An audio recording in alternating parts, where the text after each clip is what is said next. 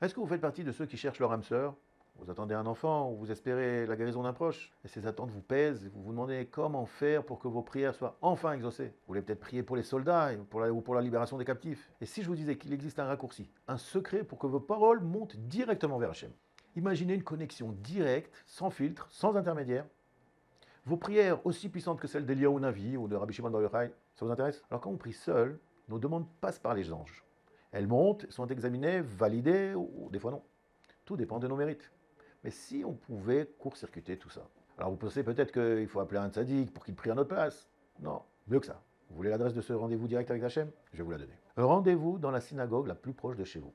Allez-y, priez en minyan, avec 10 hommes ayant au moins 13 ans. Vos paroles ne passent plus par les anges. Elles montent directement vers Hachem. Vos prières seront automatiquement validées, car ce n'est pas la prière d'un individu seul, mais celle d'un groupe. C'est simple, non? C'est pour cela qu'on ne lit pas, par exemple, les passages en araméen comme le Kaddish quand on est seul, car l'araméen n'est pas une langue assez noble pour les anges. C'est pour ça qu'il faut passer directement vers Hachem en étant 10.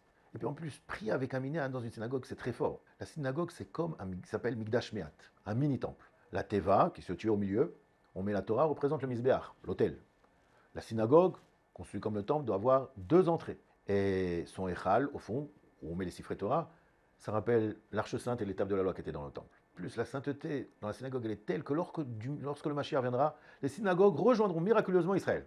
Alors oui, bien sûr, ça demande du temps. Prier 3 fois par jour, le matin, l'après-midi, le soir dans une synagogue, voici un avantage pratique que je vais vous dévoiler. La prière de l'après-midi et celle du soir sont souvent suivies, ce qui vous économise déjà un aller-retour. Puis voici un secret qui peut vous donner plus de courage.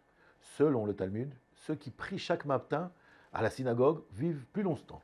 1 heure et demie par jour pour des bénédictions et des années supplémentaires de vie. C'est pas mal, non? Même en vacances, négligez pas ces moments précieux qui apportent la bénédiction pour toute la journée. Alors attendez plus, trouvez votre synagogue, priez 3 fois par jour et utilisez votre cœur. Peu importe la langue, Hachem comprend tout.